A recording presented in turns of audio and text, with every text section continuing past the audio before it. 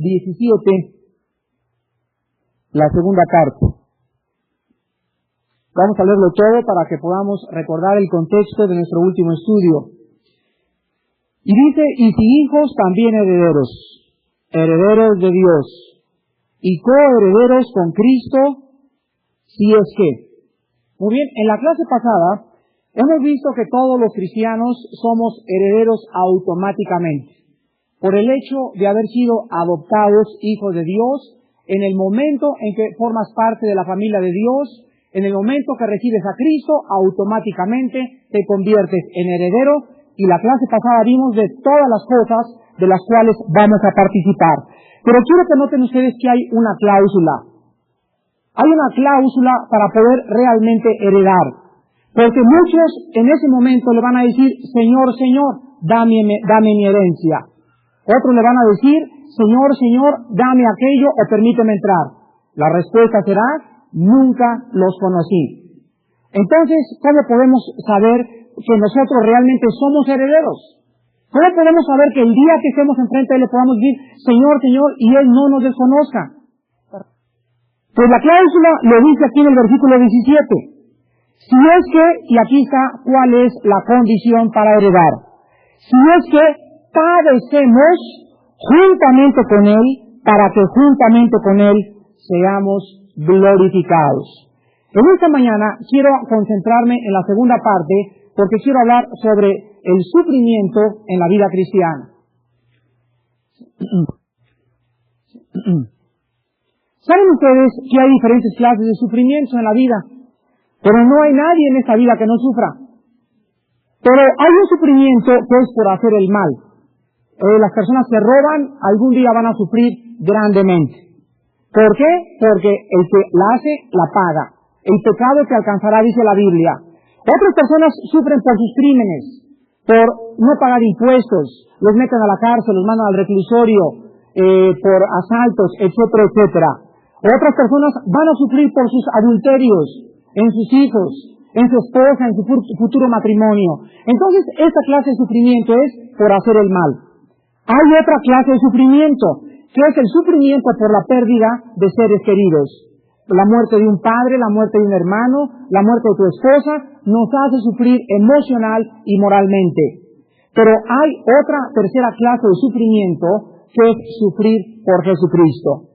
Entonces, el estudio de esta mañana no está relacionado por las personas que sufren por sus pecados, o que sufres por no pagar impuestos, por ser ladrón, por ser asaltabancos, por tratar mal a tu esposa. No estoy hablando de sufrimientos, estoy hablando en esta mañana de aquellas personas que están sufriendo y que saben que tienen que sufrir por causa de llevar el nombre de cristianos.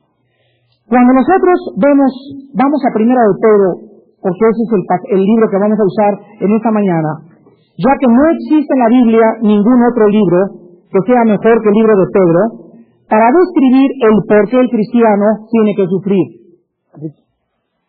En Primera de Pedro, nosotros encontramos que esta carta fue escrita a los judíos que estaban siendo perseguidos, a los que estaban siendo dispersados por causa de la persecución de los césares romanos.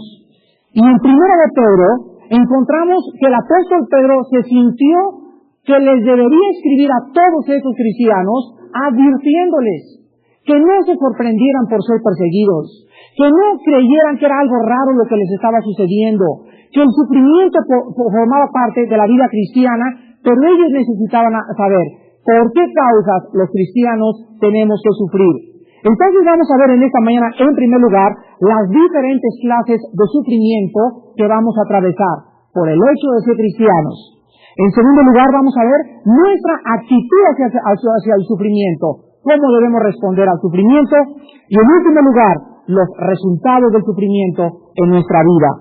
En 1 de Pedro capítulo 2, versículo 19, encontramos en primer lugar en esta mañana, dentro de las clases de sufrimiento que nos esperan, la primera, y dice el capítulo 2, versículo 19, porque esto merece aprobación. Si alguno a causa de la conciencia delante de Dios sufre molestias padeciendo injustamente. Quiero que ustedes sepan en esta mañana, hermanos, que los cristianos hemos sido llamados a sufrir injustamente. ¿Qué significa sufrir injustamente? Significa que muchas veces vamos a vivir bajo gobiernos que nos van a hacer sufrir, por ejemplo. Nunca ha habido un gobierno en la historia del ser humano como el gobierno de Roma en los tiempos de los apóstoles. ¿Cómo hicieron los césares sufrir injustamente a los cristianos? Nerón quemó la ciudad de Roma y les echó injustamente la culpa a los cristianos. Los cristianos no hicieron una manifestación, ni se pararon en el hemiciclo a Juárez, ni fueron al Palacio Nacional y pusieron pancartas con el César y le dijeron, protestamos contra esto.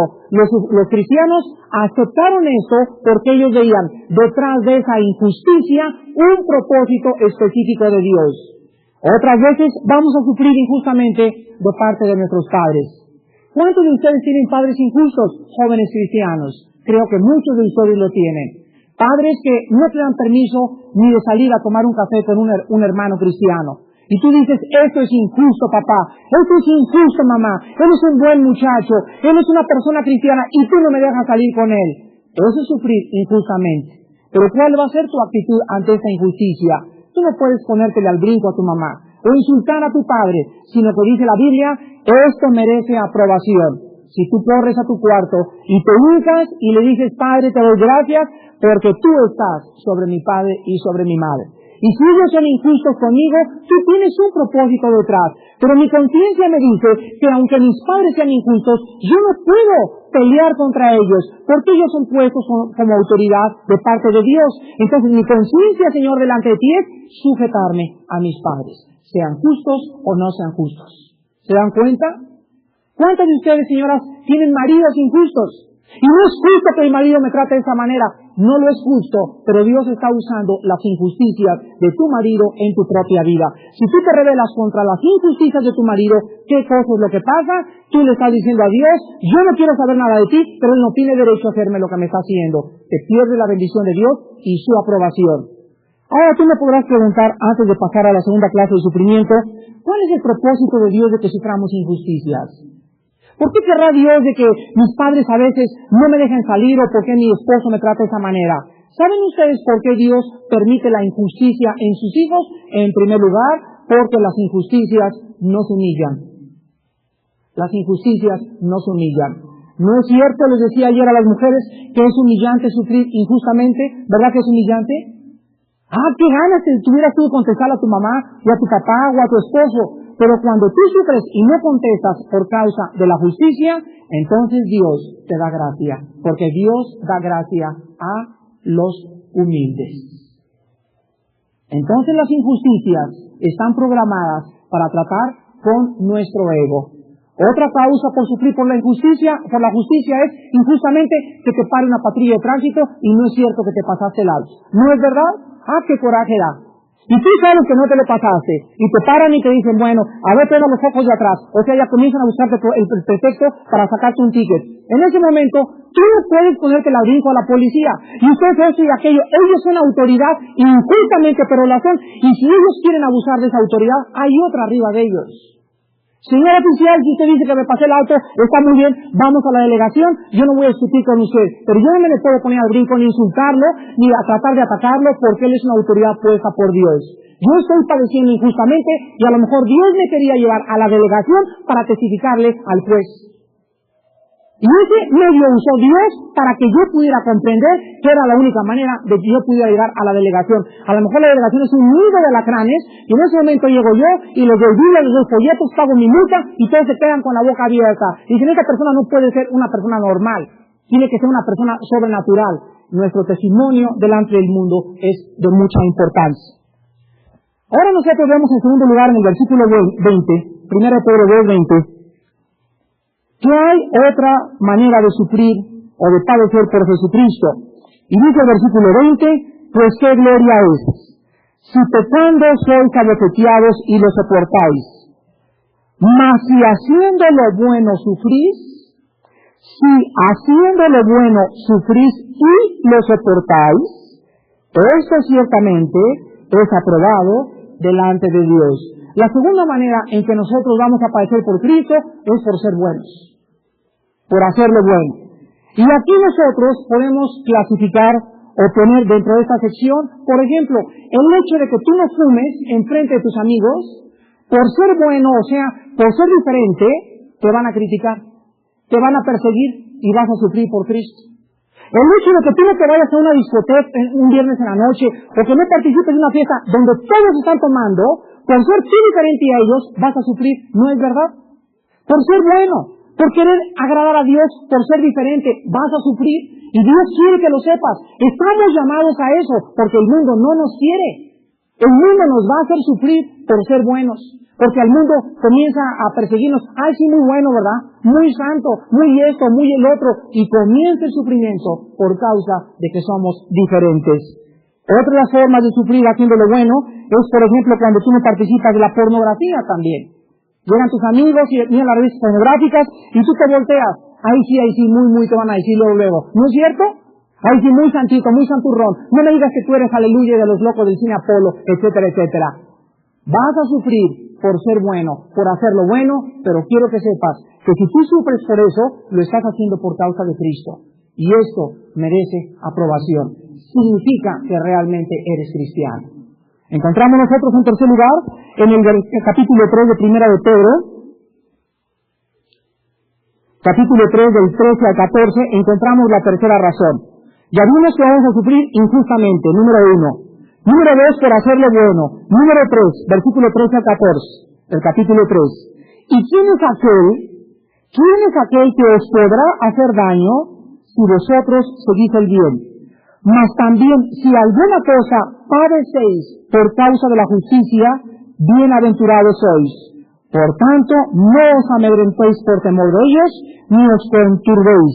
En tercer lugar, vamos a sufrir por causa de la justicia.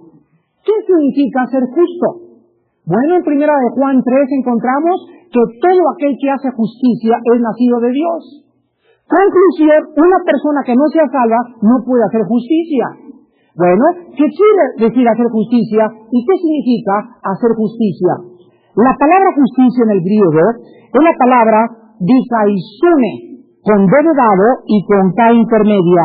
Dika y osune, va todo junto y significa lo siguiente. Escuchen muy bien.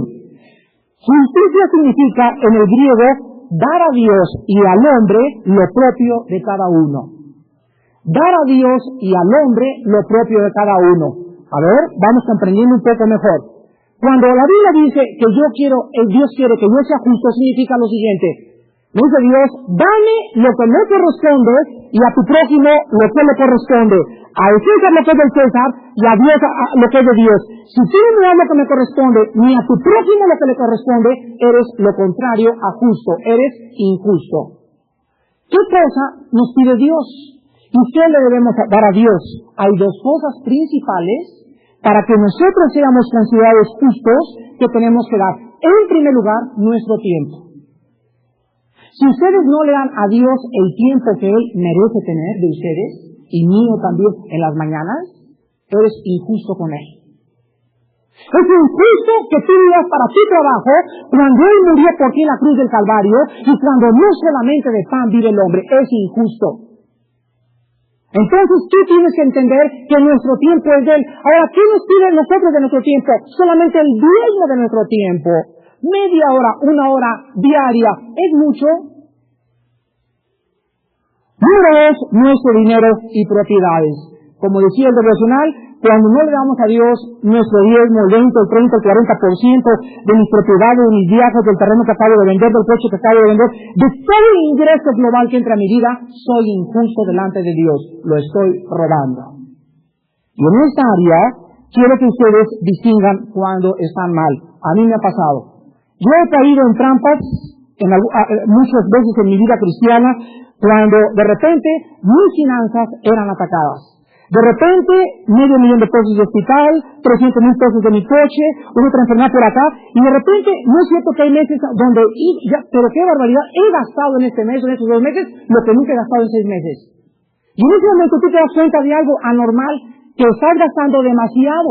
En tus finanzas están siendo atacadas. Te chocaron el coche, una enfermedad, todo se te juntó en 2 o 3 meses. Pero el área atacada son tus finanzas. Lo primero que debes de preguntarte es, ¿cómo andas en tus finanzas con Dios?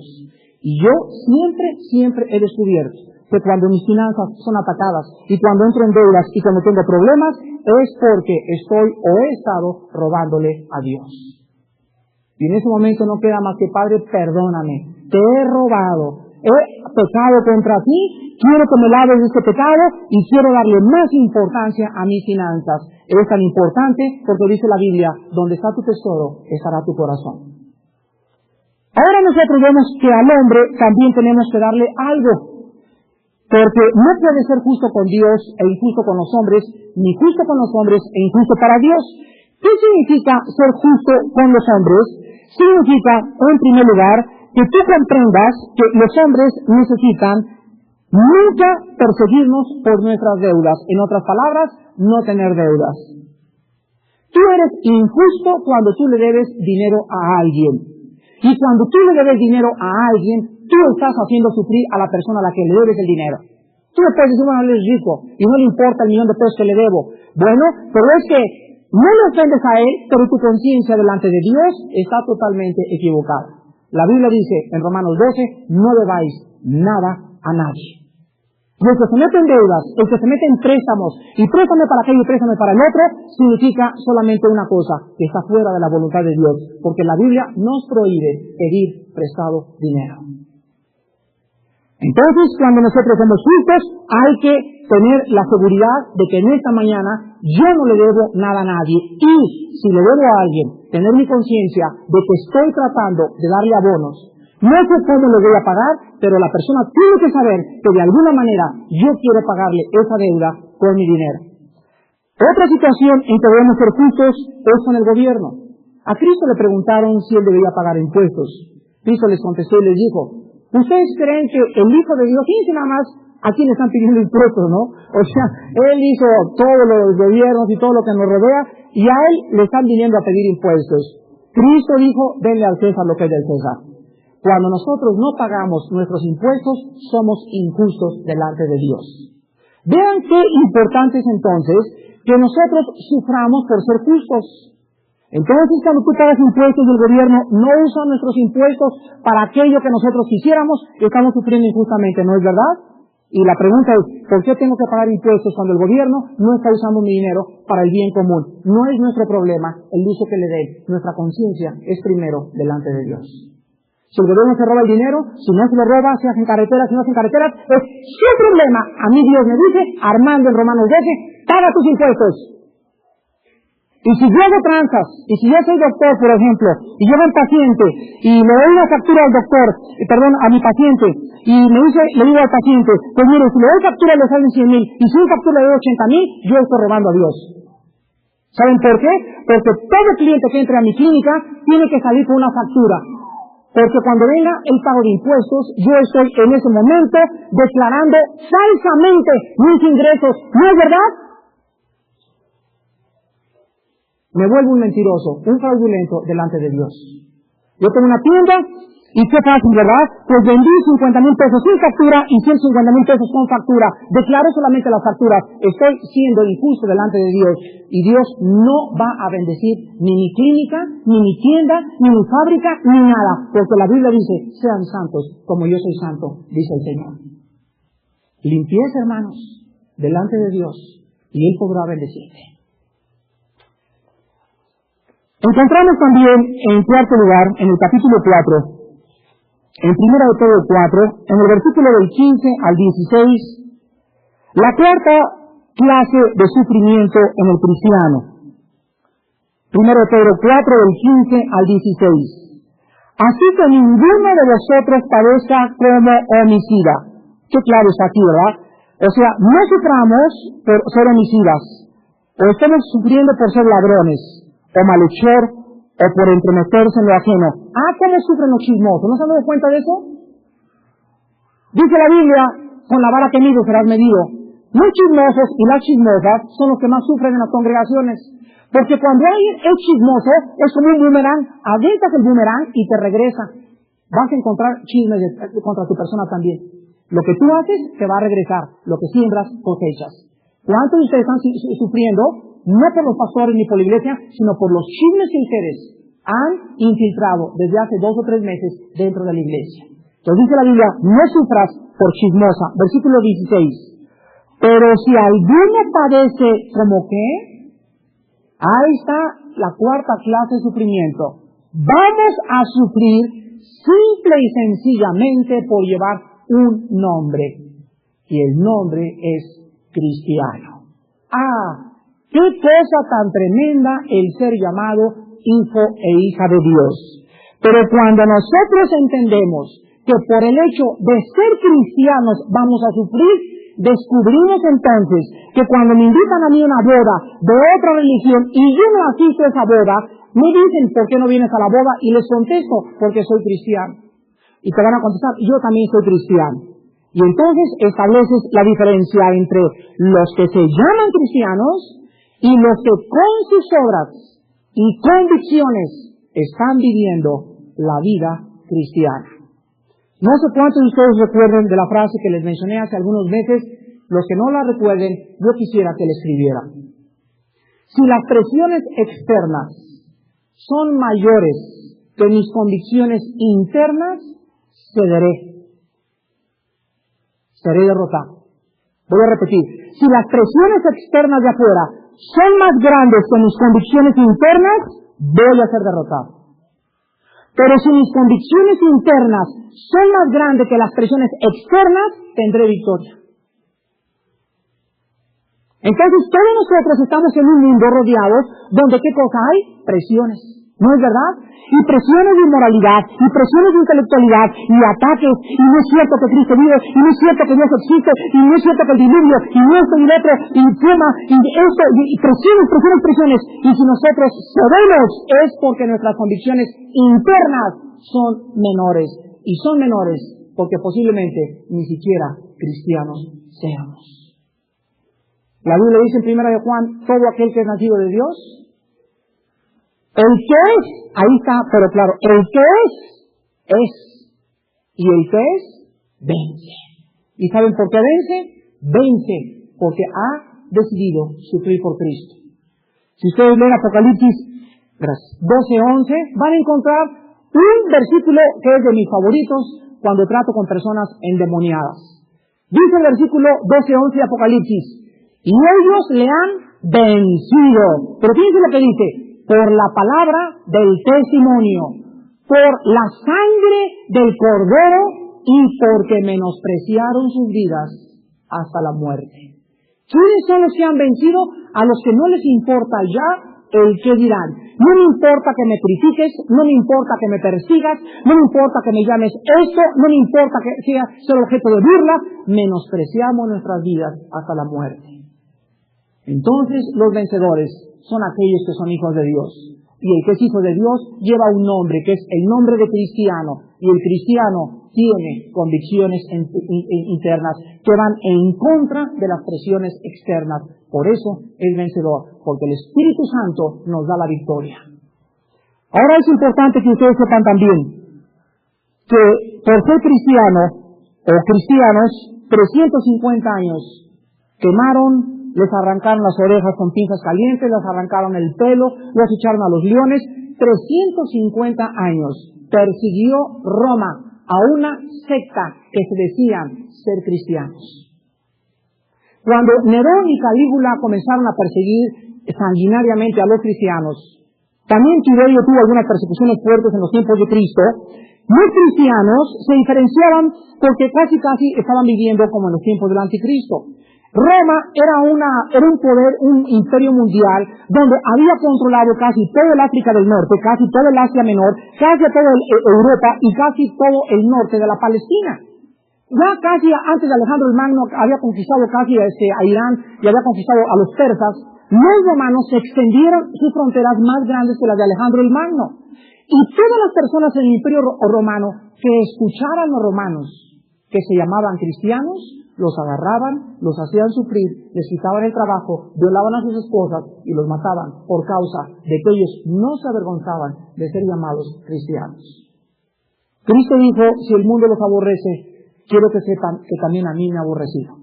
Y esto os harán, fíjense lo que dice Juan 15, esto os harán por causa de mi nombre, por ser cristiano.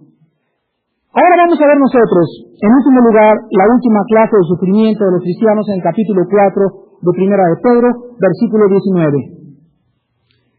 Dice en último lugar, dentro de las clases de sufrimiento para el cristiano, vamos a repasarlo. Número 1, vamos a sufrir injustamente.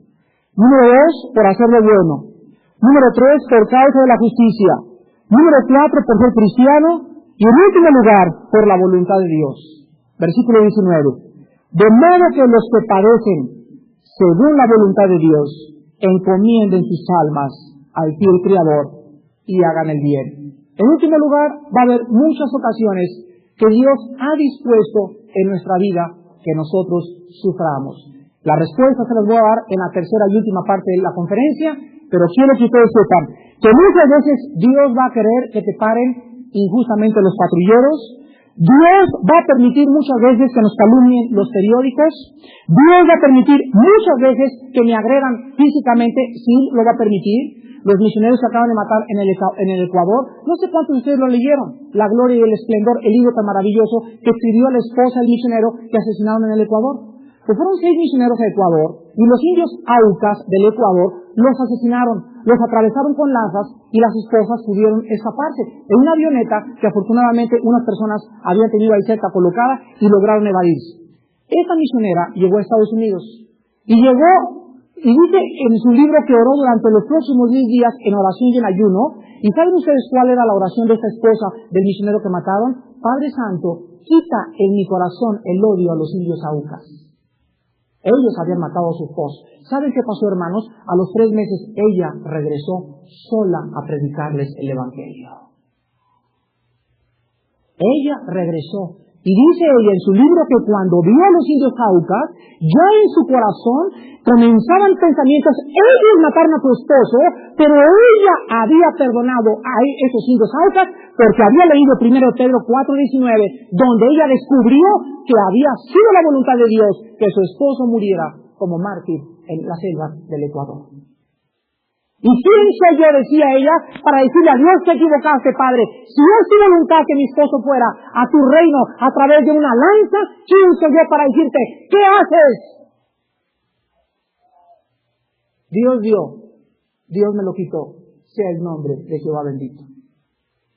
Una vez llegó un joven y le dijo a Cristo, te quiero seguir. Cristo le dijo, ya sabes lo que tienes que hacer, guardar los mandamientos. Cristo le dijo esto porque él esperaba que el joven dijera, ¿verdad? Oye, pero es que no puedo guardar los mandamientos. Pero el joven no le dijo eso. El joven le dijo, los cumplo todos. ¡Qué bárbaro! Y en ese momento, Cristo le dijo, bueno, te falta una cosa. Ve y vende todo lo que tienes. Fíjense ustedes que si él cumpliera todos los mandamientos, hubiera vendido todo lo que tiene. Porque uno de los mandamientos dice, no trates de codiciar y sé benévolo con tu prójimo. Llama a Dios sobre todas las cosas. El joven, ¿saben qué pasó? Se retiró tristemente. Y estoy seguro que es aquel que dice más adelante, muchos bienes tienes, he amontonado para mi futuro, tengo dólares, tengo petrobonos, alma mía, repósate y tranquilízate, estoy listo para vivir. Y esa noche se oyó una voz que le dijo, eres un necio, esta noche he venido a pedir tu alma. Dios en ese momento quería que ese joven sufriera. Quería que en ese momento supiera ese joven que en cualquier momento Dios me quita mi coche, me quita mi casa, me quita un hijo, me quita mi esposa, porque nada es mío en este mundo. Y cuando nosotros lo entregamos así a Dios, dice la Biblia, entonces hemos comprendido que Dios está detrás de todas las cosas que le pasan a un cristiano. Dice Romanos 8:29. No sé si ustedes lo crean o no lo crean este versículo, pero es 8:28. Porque todas las cosas contribuyen al bien a aquellos que aman a Dios y han sido llamados para su reino. Todas las cosas. Ahora no sé si tú las creas, hermano. Yo lo creo. Y cada vez trato de tener más paz y más paz en la adversidad que viera mi vida, porque quiero reconocer la mano de Dios y quiero saber en mi conciencia cuál es el propósito detrás de Dios después de las cosas que me están sucediendo. Vamos a continuación a ver ahora, en segundo lugar en esta mañana, cuál debe ser nuestra actitud hacia el sufrimiento. Primera de Pedro, capítulo 4, versículo 2. Pedro 4:2. La primera respuesta nuestra hacia el sufrimiento debe ser la siguiente. Amados, no os sorprendáis. No te sorprendas. Oye, pero yo creía que ser cristiano ya se había acabado todo. No oíste el Evangelio. O oíste algo mal, pero no oíste el Evangelio. Porque el Evangelio es, carguen una cruz y síganme. Cristo fue un hombre honesto. Y Cristo no nos hizo falsas promesas. Él nos dijo que ser cristiano nos iba a costar. Y que deberíamos nosotros pagar el precio por ser llamados cristianos. Y si no pagamos este precio, es el texto que estamos estudiando esta mañana, no podemos llamarnos. Ni llamarle al Señor, Señor, el día que aquí en la tierra nunca hicimos, ni quisimos padecer por causa de su nombre. Entonces la primera reacción es, no se sorprendan del fuego de prueba. Fíjense nada más, del fuego de prueba que os ha sobrevenido. Nuestra primera reacción al sufrimiento es no sorprendernos.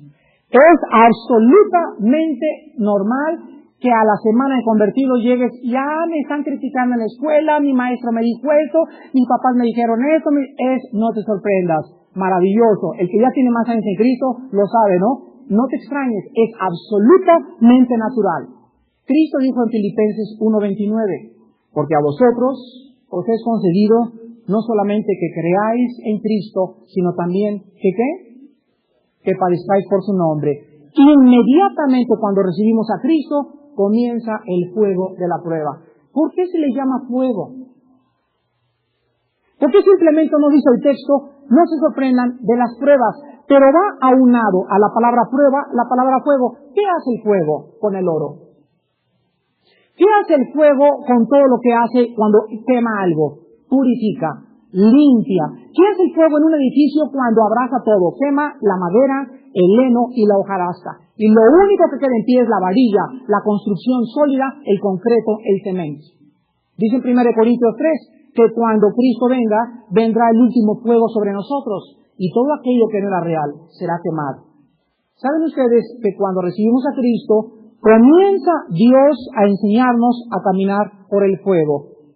Y la palabra fuego va unado con prueba. En otras palabras, comenzamos a pasar por pruebas.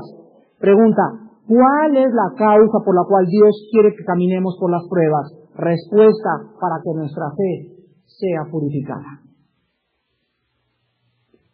Estamos tan llenos de impurezas, estamos tan llenos de egoísmo, tan llenos de idolatría, hay tanta autosuficiencia, hay tanta avaricia, hay tanta perversidad, hay tantas maldades en nosotros, hermanos, que solamente en la prueba descubres qué tienes en tu corazón. ¿No es cierto?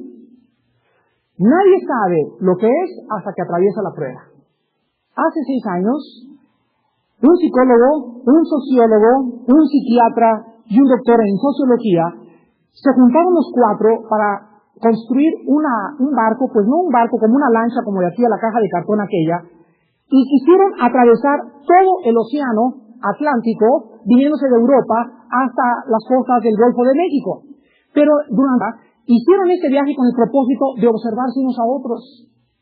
El sociólogo quería observar al psiquiatra, el psicólogo al otro, pero querían ver cómo se comportaba el ser humano bajo el sol, cuando se les acabara la comida, bajo la misión, y ver qué salía del corazón de todos ellos. Es increíble el libro que escribió el sociólogo.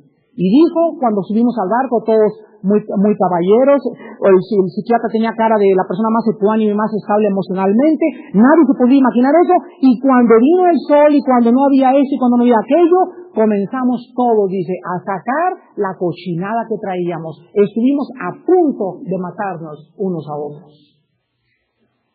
Pero ven, ninguno de ellos imaginó que fueran asesinos en potencia, pero cuando la prueba viene, descubrimos lo que tenemos. Muchos hombres me han dicho, mira, yo nunca he adulterado con mi esposa. ¿Sabes por qué? Porque a lo mejor no has tenido la oportunidad. O sea, cuando se presente la oportunidad y no esté tu esposa y tengas tu cabañita allá en Valle de Bravo, solita, no hay nadie, ni siquiera sabe que la tienes y te la prestan, y vas en la carretera y te subes una muchacha, en ese momento de la prueba, ¿realmente le seguirá siendo fiel? Ahorita sí dices que le ha sido fiel porque no ha venido la prueba, pero la cuestión es la siguiente, que cuando venga la prueba, ¿estarás preparado? Ahorita yo no soy ladrón porque no se te ha presentado la oportunidad. Pero Dios va a permitir que esas pruebas vengan a nuestra vida porque ahí vamos a descubrir si somos o no somos.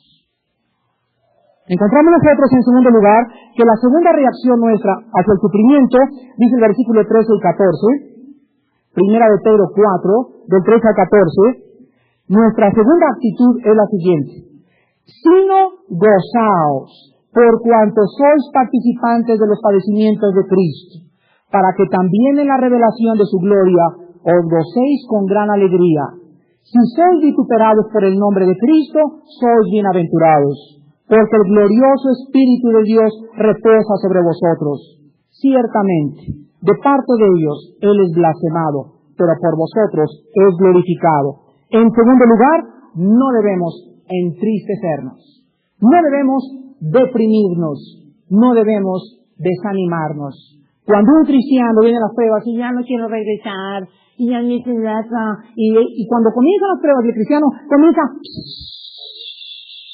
a desinflarse, que significa que tenía agujeros, y Dios quiere que él sepa que hay agujeros, y que los tape, y que se llene de aire, y que vuelen sobre las nubes, y que tenga el poder de las águilas para vencer las pruebas, porque no nos ha sobrevenido prueba que no sea humana. Todas las pruebas que Dios nos manda, nos las da con una puerta para que podamos escapar.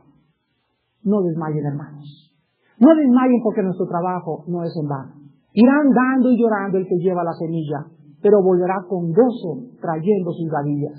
No nos entristezcamos, no desmayemos, no permitamos que las pruebas y los sufrimientos amilanen nuestro espíritu de pelea, nuestro espíritu de lucha y nuestro espíritu que Dios nos ha dado de poder y no de cobardía. Encontramos también nosotros, en tercer lugar, en el versículo 16, que nuestra tercera reacción al sufrimiento es: pero si alguno padece como cristiano, no se avergüence, sino glorifique a Dios. En tercer lugar, no tengan vergüenza ante el sufrimiento. No tengas vergüenza que algún día el periódico aparezca con tu nombre y no digas, no es cierto, yo no soy de ellos. No tengas miedo. No te avergüences que llegues algún día, no te extrañes que llegues algún día a casa de alguna amiga tuya y que en ese momento haya 3 o 4 muchachas y alguien diga, ¿es cierto que ahora eres cristiano? Sí. ¿De qué estás diciendo? Bueno, mira, tanto así como cristiano no, tanto, no. Soy, pero no soy de esos fanáticos de la Biblia en la mano y mucho menos. No tengas miedo. Hoy no tengo vergüenza de ser desnudado en esa cruz y ser hecho un espectáculo público en medio de todos nosotros. ¿Saben ustedes que la vergüenza de Cristo en la cruz de Calvario no solamente era que le pusieran criminal, sí, y que le gritaran y que le escupieran y que la vergüenza más grande que él tuvo moralmente es que le quitaran la ropa en medio de todos? Yo imagino qué pasa cuando vas a la playa y vas saliendo de la playa y la playa está llena y alguien te baja los calzoncillos. ¿Qué pasa? ¡Ay! ¿Verdad que es una vergüenza tremenda? ¡Tremenda! ¿Por qué? Porque estamos estudiando Génesis, vamos a ver mañana en la noche, que lo primero que el hombre hizo es cobró conciencia de que estaba desnudo delante de Dios. Pues Cristo cuando estaba colgado es algo tremendo, imagínense. Ahora que te agarren en la playa de tus amigos y que te bajen un traje de baño enfrente de todos y que no puedas ver nada, te desmayas ahí. Pues Cristo cada vez que podía hacer esto o tratar de deslavarse, sufría más, porque él no lo tenían agarrado, él estaba crucificado. Y así los miraba a todos ellos con ojos de amor. Él no tuvo vergüenza por todos nosotros. ¿Por qué habría yo de avergonzarme de su nombre? En cuarto lugar y último lugar, en nuestra actitud hacia el sufrimiento, lo encontramos en el versículo 19, y dice la Biblia: de modo que los que padecen según la voluntad de Dios encomienden sus almas al fiel Criador y hagan el bien. En último lugar, no debemos de dudar cuando las pruebas vengan. No desconfíes, sino pon todo en sus manos. David decía: en el día que temo, en él confío. Entonces, cuando las pruebas vengan, en lugar de desanimarte, en lugar de extrañarte, en lugar de amilanarte, confío en Dios. Dile: Padre Santo, no entiendo lo que me está pasando, no entiendo aquello, perdona a mis amigas, perdona a mi familia, pero pon todo en las manos de Dios. Y en último lugar, el resultado del sufrimiento en nuestras vidas. Vean el capítulo 5, versículo 10.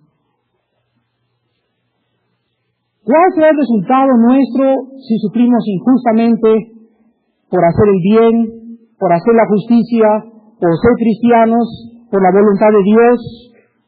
Y cuando no nos sorprendemos, ni nos entristecemos, ni nos avergonzamos, ni dudamos, ni desconfiamos, el resultado será el siguiente. Versículo 10. Primera de Pedro 5:10.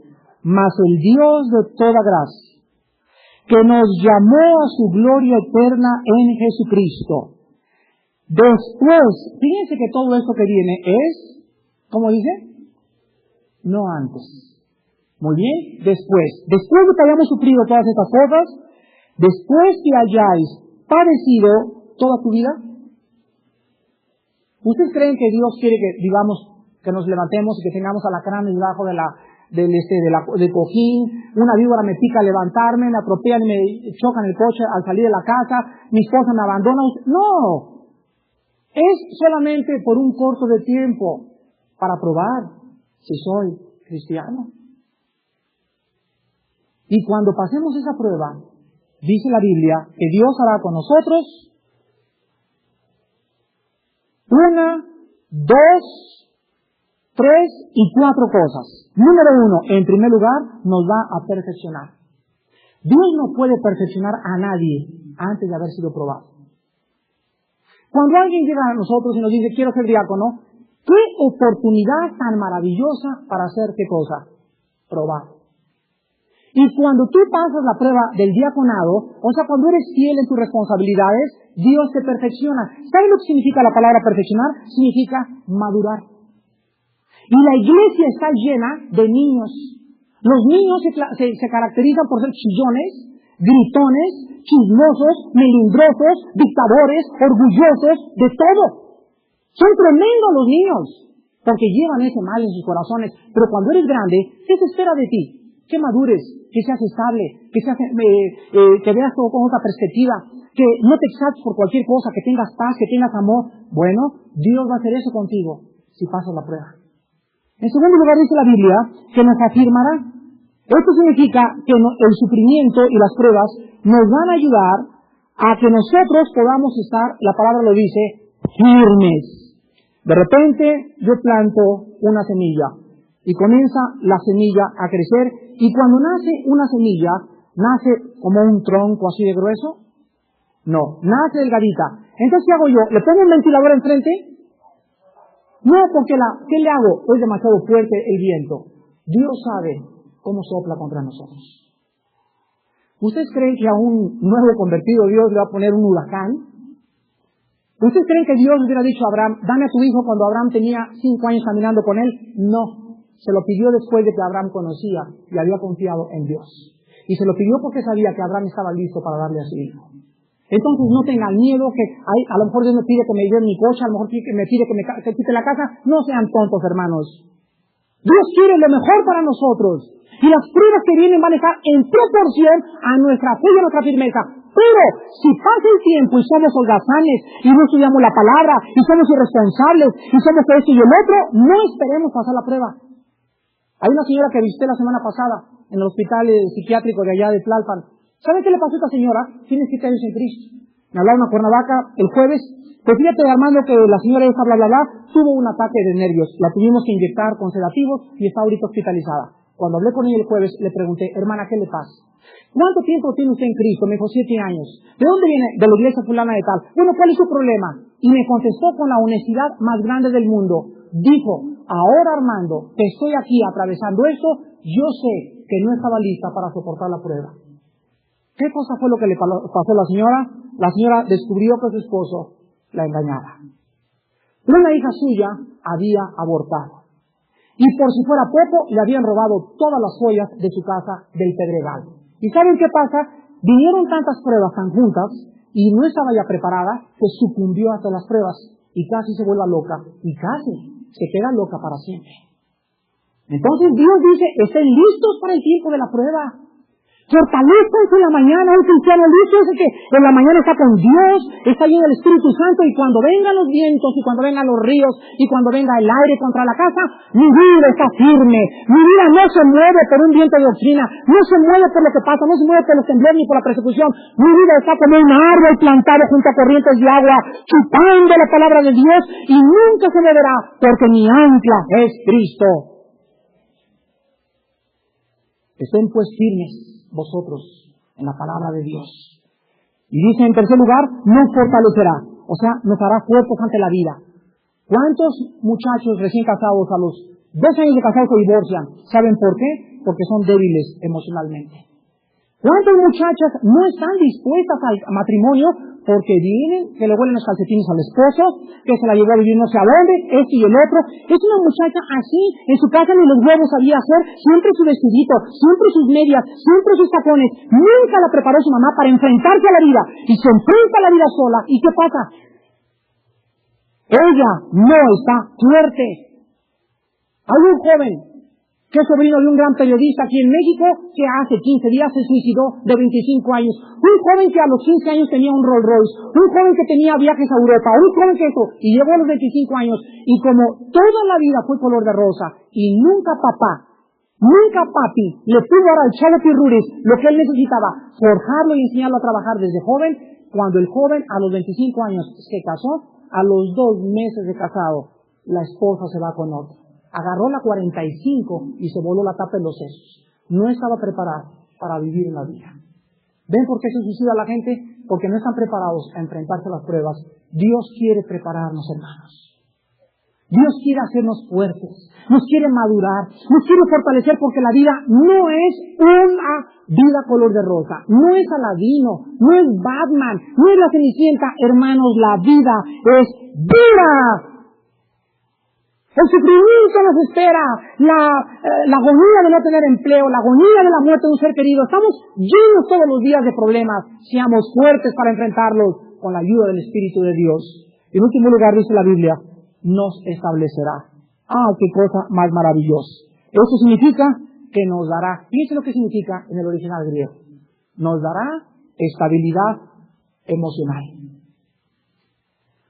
La característica más grande de una persona no cristiana, ¿saben cuál es? La inestabilidad emocional. La característica más grande de un cristiano, ¿saben cuál es? La estabilidad emocional. El no cristiano, como no está listo, toma, fuma, se evade, busca la irrealidad, se suicida, se convierte en un degenerado, se convierte en un homosexual, en un adúltero, está escapándose siempre de su realidad. Se evade, es inestable emocionalmente. Un día está acá, otro día está acá. Un día está con los hijos, otro día los deja por una muchacha. Es inestable. El cristiano es como árbol plantado junto a corrientes de agua, como un árbol grueso así, que no se mueve, que siempre está con su fe puesta en Jesucristo. Y esto es lo que Dios nos promete si nosotros padecemos por Él. Yo les invito en esta mañana a que reciban el sufrimiento en la vida cristiana, que padezcan por Cristo.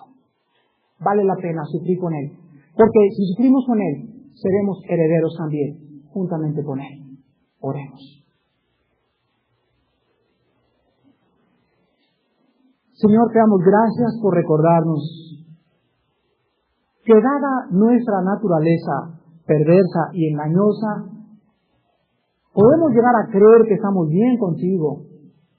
Podemos creer que por el hecho de ir a una iglesia católica o protestante o a cualquier iglesia, ya somos llamados cristianos.